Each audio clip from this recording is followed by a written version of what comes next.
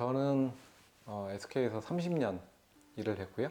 지금은 그 SK에서 하는 사회적 기업 행복투게더라고 하는 사회적 기업의 이사장으로 섬기고 있습니다.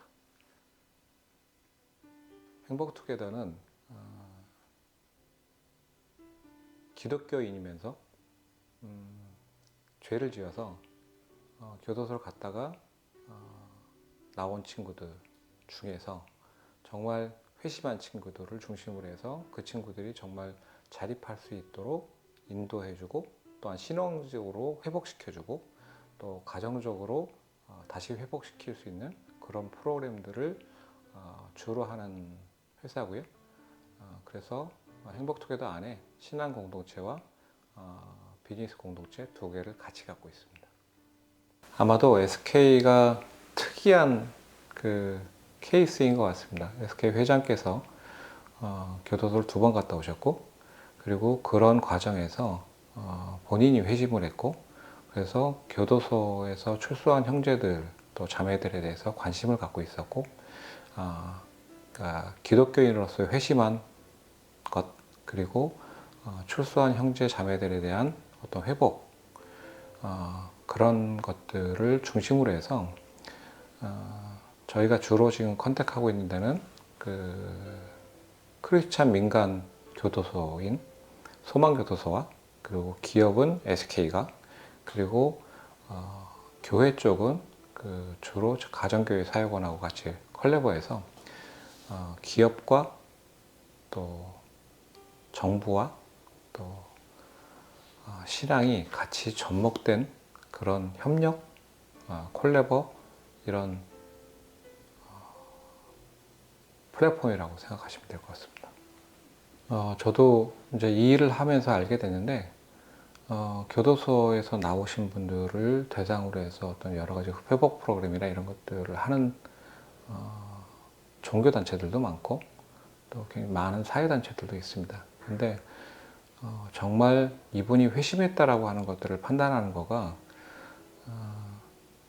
쉽지 않고, 근데 일단 하나님을 믿는 사람이라고 하면 정말 이분이 회심했는지를 저희가 판단을 할 수 있을 것 같고, 그분의 신앙을 통해서 또 그분들이 정부 입장에서 보면 그 재범률을 낮추는 거가 가장 큰 과제이기 때문에 이분들이 재범률을 낮춘다라고 하는 것은 결국은 경제적인 어떤 회복, 그리고 가정적인 회복, 이런 것들이 이루어지면 재범률이 현격하게 낮아지기 때문에 그래서 정부와 또 경제적 회복을 위해서는 기업의 역할이 필요한 거고, 또 신앙적으로는 그 교계가 같이 협력해서 하는 것들이 필요하다고 판단을 했고, 그런 것들이 다른 종교단체들이 안 하는 건 아니겠지만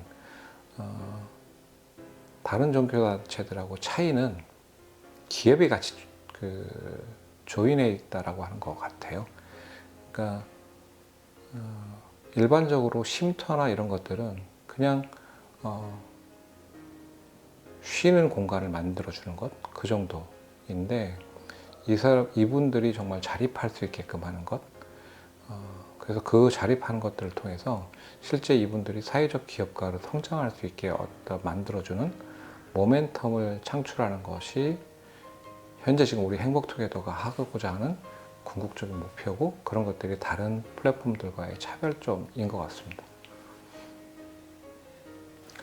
제가 처음 장로가 된 거는 한 10년 정도 됐는데요.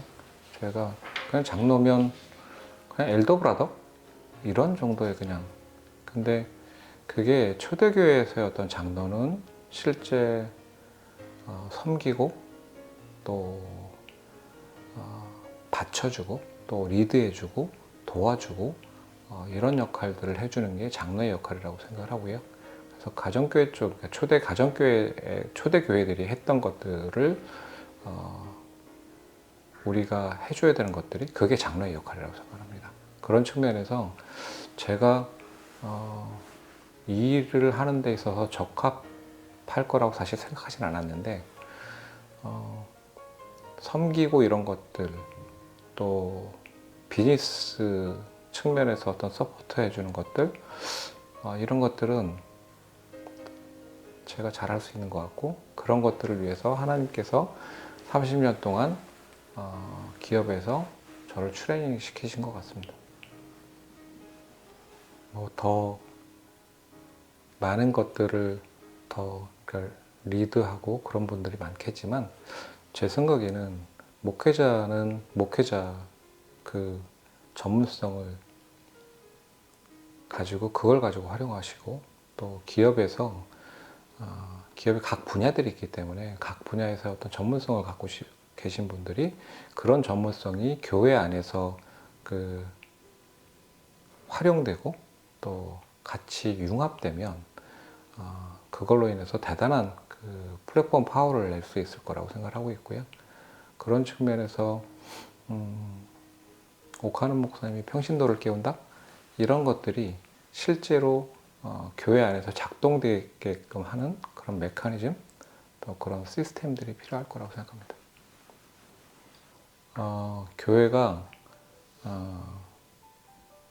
믿지 않는 사람들을 구원한다라고 하는 것이 단순히 전도나 또는 선교의 문제가 아니라 우리 주위에 있는 사람들을 어떻게 하면 실질적으로 정말 사랑하고 케어할 수 있는 건지에 대해서 그냥 예를 들면 돈으로 하는 것이 아니라 내가 정말 섬기고 또 그분들을 위해서 내가 할 수 있는 모든 것들을 투자해주고 지원해주고 이런 측면에서 교회가 해줘야 될 것들이 굉장히 많다고 생각하고 있고요.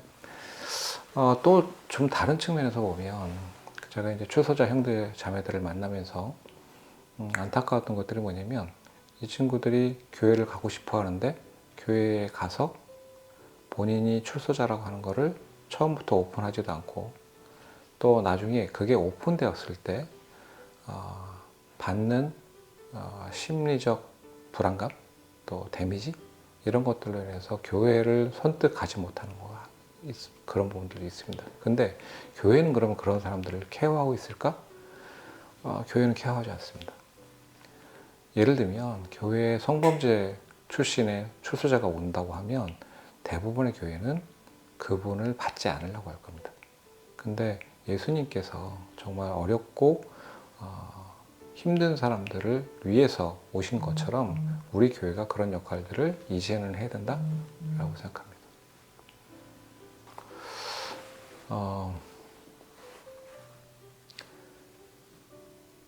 크리스찬들이 지금 현격하게 지금 줄어들고 있고, 세대 간에도 보면 지금 60대 이상의 정말 믿음이 좋으신 분들은 곧 사라지실 거고, 근데 지금 인구 구조보다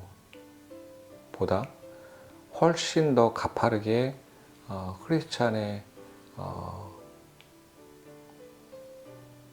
수가 줄고 있습니다. 그리고 그게 단순히 수의 문제가 아니라 정말 믿는 사람들이 현격하게 지금 줄어들고 있다고 하는 거가 가장 큰 심각한 문제일 거라고 생각하고 있고요. 그게 1907년에 평양 대부, 최근에 미국에서의 부흥운동, 이런 것들이 한국에서 다시 일어나야 되고, 그런 것들을 통해서 실제 교회가 정말 변화되어야 된다고 생각을 하고 있고, 그게 우리 미래 세대들한테 어떤 비전을 심어줘야 되는 거 아닌가 라는 생각을 합니다.